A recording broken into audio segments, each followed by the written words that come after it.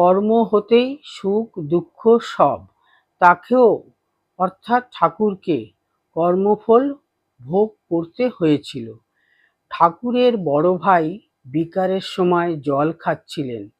একটুখানি খেতেই ঠাকুর হাত থেকে গ্লাসটি টেনে নিলেন। তিনি তাতে অসন্তুষ্ট হয়ে বললেন, তুই আমাকে জল খেতে দিলি নে, তুইও এমনি কষ্ট পাবি, তোরও গলায় এমনি যাতনা হবে। ঠাকুর বললেন, দাদা, আমি তো তোমার মন্দ করিনি, তোমার অসুখ, জল খেলে অনিষ্ট হবে তাই দিইনি, তবে কেন তুমি আমায় এমন শাপ দিলে? তিনি কেঁদে বললেন, কি জানি ভাই, আমার মুখ থেকে ও কথা বেরিয়ে পড়ল, এ তো অন্যথা হবে না।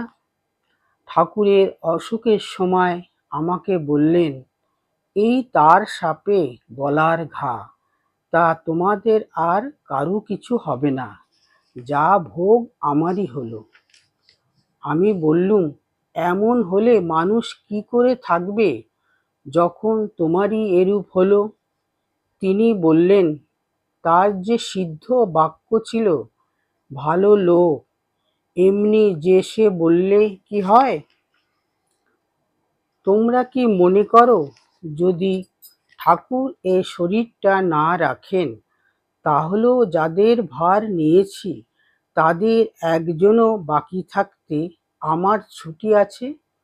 তাদের সঙ্গে থাকতে হবে, তাদের ভালো মন্দের ভার যে নিতে হয়েছে, মন্ত্র দেওয়া কি চারটিখানি কথা? কত বোঝা ঘাড়ে তুলে নিতে হয়, তাদের জন্য কত চিন্তা করতে হয়। এই দেখো না, তোমার বাপ মারা গেলেন, আমারও মনটা খারাপ হলো। মনে হলো ছেলেটাকে ঠাকুর কি আবার একটা পরীক্ষায় ফেলবেন, কিসে ঠেলে ঠুলে বেঁচে উঠবে, এই চিন্তা। সেই জন্যই তো এত কথা বললুম। তোমরা কি সব বুঝতে পারো? যদি তোমরা সব বুঝতে পারতে, আমার চিন্তার ভার অনেক কমে যেত। ঠাকুর নানাভাবে নানা জনকে খেলাচ্ছেন, তাল সামলাতে হয় আমাকে। যাদের নিজের বলে নিয়েছি তাদের তো আর ফেলতে পারি নে। দেখো মা, আমি রাধারমণের কাছে প্রার্থনা করেছিলুম, ঠাকুর আমার দোষ দৃষ্টি ঘুচিয়ে দাও, আমি যেন কখনো কারো দোষ না দেখি। ছেলেদের কল্যাণের জন্য আমি সব করতে পারি, ওতে কোনো দোষ হয় না।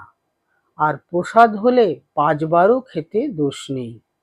প্রসাদ কোনো বস্তুর মধ্যে নয়, ওই সব খুঁটিনাটি নিয়ে মনকে বিচলিত করবে না, ওতে ঠাকুরকে ভুল হয়ে যায়।